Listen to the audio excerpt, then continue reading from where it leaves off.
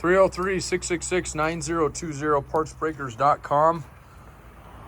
Jeremy here, listing a Jeep Wrangler TJ Tub. If you're looking for information, this is a good place to get it, although this is a product video to sell this tub. But I know that these videos can be useful for other purposes. Sometimes just looking at potential rust areas. I like to show what's not rusty on this tub. There's nothing rusty on it. It's a grade A tub. There's absolutely no rust whatsoever, but as I'm going through it, I'll show you areas that if you're looking at a Jeep to buy or maybe another tub to buy, obviously I'd like to sell you one of ours. But if you're in the right place, right time, you find a tub. There are some areas you want to look for and areas you want to avoid when it comes to rust. Some rust is repairable and it's easy, specifically flat panel rust, areas that you can get up corners. Sometimes those are fairly easy to repair rust wise. You can get into both sides. Areas that are not easy to repair, and I'll point these out as I go, are boxed in areas. That means that like this area we call is a boxed in area. Torque pockets on the bottom that hold the frame of the tub, those are a pain in the butt to do. Back these areas here where you get the wheel well down, where your roll bar mounts, those areas can be more troublesome to do. Not impossible, but definitely nice to have a tub that you're not having to do that with. So look at those areas specifically, and again, I'll point those out. One thing I want to back up and give you a little bit more information as well. If you're looking for a tub, you're going to see a lot of people out there, and I'm going to call them lazy and I was lazy too at one point. I've been doing this for 18 years. So over those years, I've really learned the ins and outs of these things and the differences on them. A TJ, that series was made from 1997 to 2006.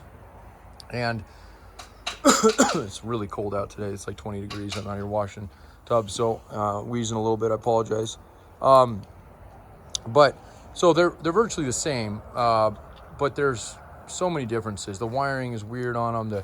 They're very specific to ECMs and yada, yada, yada. When it comes to tubs, there's not any major differences, but there are some minor, and there would be some cutting required or possibly welding required, depending on which direction you go, the later, the earlier.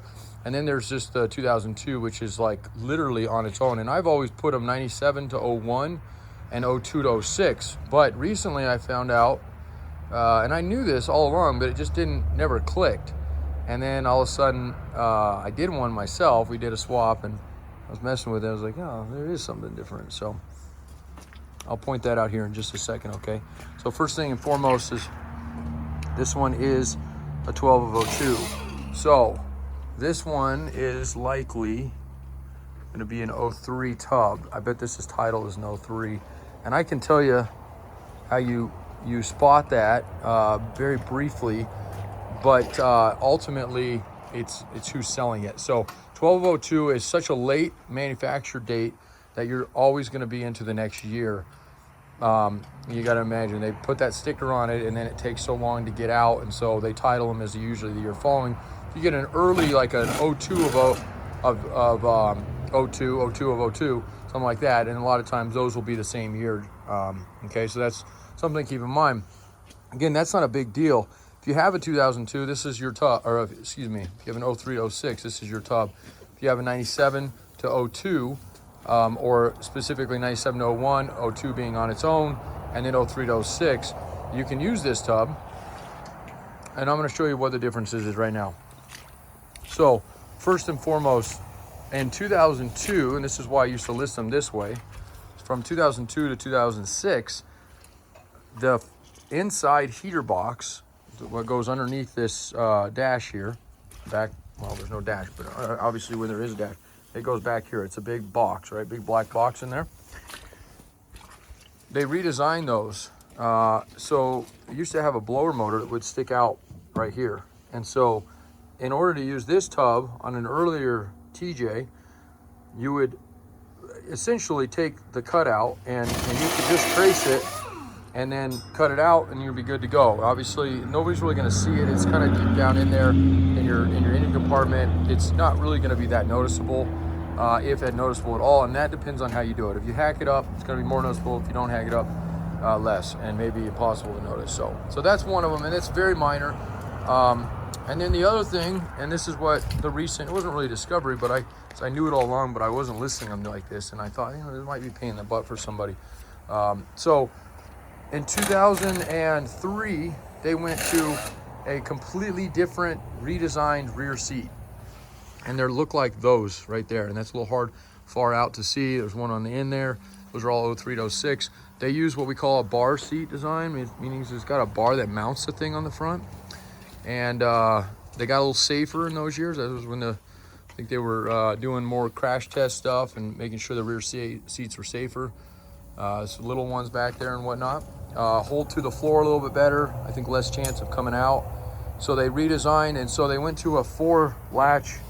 So you got 1, 2, 3, 4, right?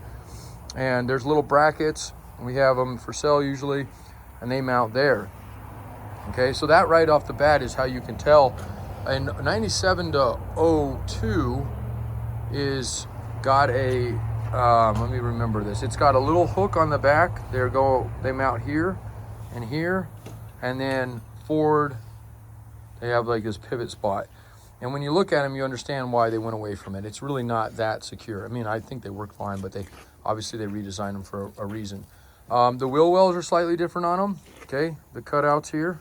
The humps, they do look and are a little different, so definitely consider that. Everything fits in them the same, and if you wanted to run an earlier seat bracket setup with a seat in this, you would. You'd have to put some holes in it and nut certs or however you wanted to attach them, the brackets to it, and reconfigure that setup. Otherwise, I would say if you're going to be putting this on a 97 to 02, I would run the 03 to 06 seat brackets, rear seat brackets, or the seat itself. And then the heater box, again, is up to you. It's easier just to do the cutout on that than try to use a later heater box in an earlier Jeep or vice versa. That can be very troublesome. So this is the first video I've done of its kind of illustrating that difference on them. I wish I had another early one, but I don't think I have them right now. I do have them in the back, but we have 7 acres out here, so it's a little bit of a ways. Anyway, so that's going to be your difference. Now, why is 02 on its own? Well, 02 is like a mix between a 97 and 01 and an 03 to 06. And here's why. You have, in 02, you have the heater box style that the 03 to 06 has, but you have the rear seat brackets that the 97 to 01 has. So 02s can make really good conversions. If you want one or the other, you can obviously use this going back or going forward. Or otherwise, we list them as the 1 year that they are. And I do that, and then if you look at my description, I'll illustrate this, that it will work. Watch video I describe it in there. But we don't want somebody to get it confused with it and think that, hey, this is bolt-on, it's exactly the same, because they're not. There are some differences, okay? Everything else is exactly the same. The roll bar mounts in the same way, which in this particular one will be included. However, if I bring it out when I do deliveries, you can call me for that. I give you pricing when you call on that. It may or may not have to get pulled. So if it goes, I'm not going to describe why it wouldn't get pulled, but basically the way we stack them or the way freight is on them, if we have to build a crate in that, they will have to come out. We'll put them gently down in the bottom and secure them. And that way, okay? So not always, but there's a chance that this roll bar will be removed when it arrives. So just want to be clear about that. I'm going to get it up in the air here in a second and show you how beautiful the underside is. I haven't really talked much about this particular tub, although I will real quickly. So it's in excellent shape, grade A, okay, A+. There's nothing wrong with it. There's no damage. There's no rust, okay, whatsoever. If there's a couple items that I come across that I mentioned that aren't included, and you need those items, I'd be happy to sell them to you. We can work out something on them. These are called muckets. That's actually what Jeep named them. Those aren't included. We sell those. Some of the guys got lazy and didn't get everything pulled on this. Rear striker, tailgate. Okay, we pull those. Again, I have a few of them, so if you need one, just let me know. Roll bar, I did say, was included on this particular one, and we'll have the price adjusted for that. So if you don't need a roll bar, just let me know. I'll pull it out and knock it. I think we get 150 or so for those. So, and then there's a bracket that mounts there. There's 4 bolts, and you're going to see it's called torque brackets up underneath. That will get pulled as well. That's not included either. And that's it. So now I'm looking at something else just to be aware about. This was probably a Sahara.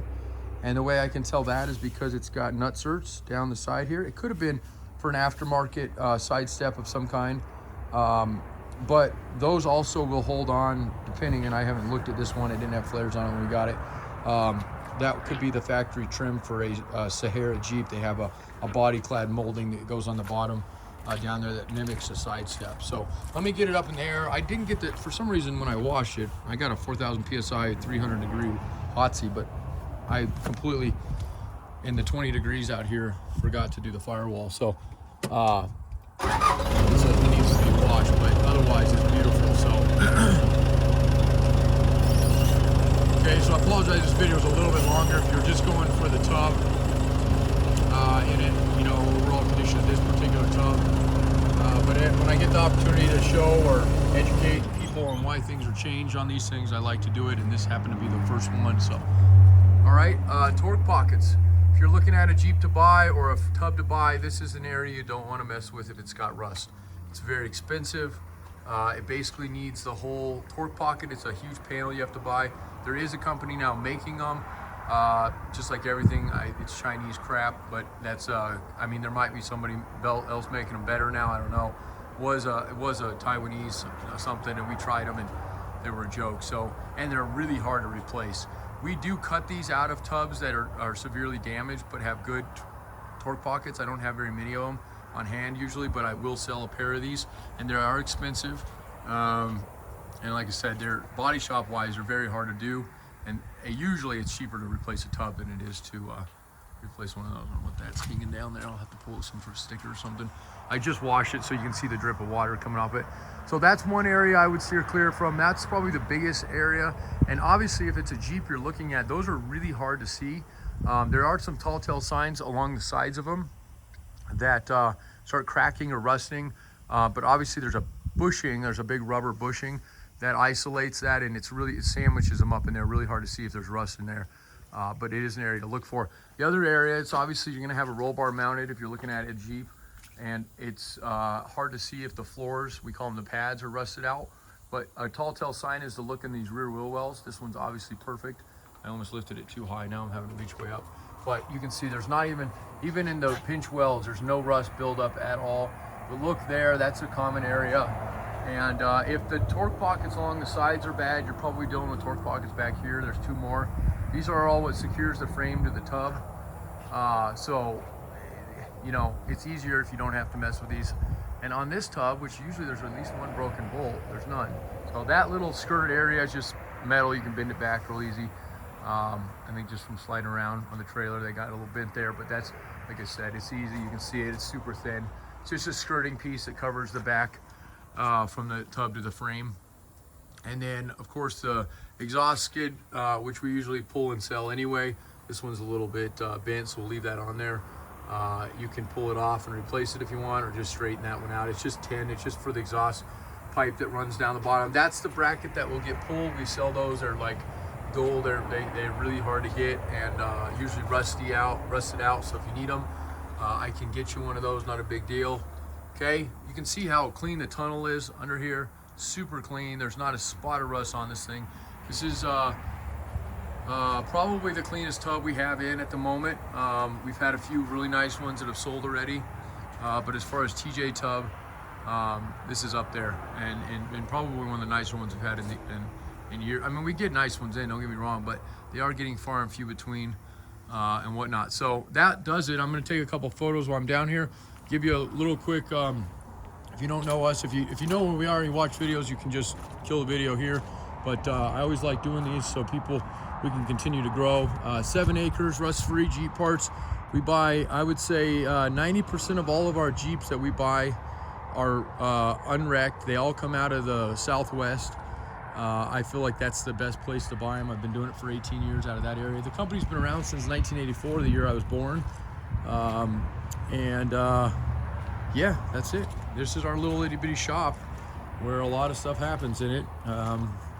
But we have a good crew, and looking forward to a solid season, which is already, last week marked the beginning of our our spring season, which is our busiest time of year. It's our project season. It's cold out like I am right now, 22 degrees here in Colorado, and freezing, washing tubs. Let me tell you, it's fun, but I do enjoy selling these things, and I feel like this is the best way to do it, so everybody gets to see it as if they were here in person. Have a great day, and if I see you on one of these deliveries and meet you in person, look forward to it. Otherwise, give me a holler if you need anything else. 303-666-9020. Thanks a lot.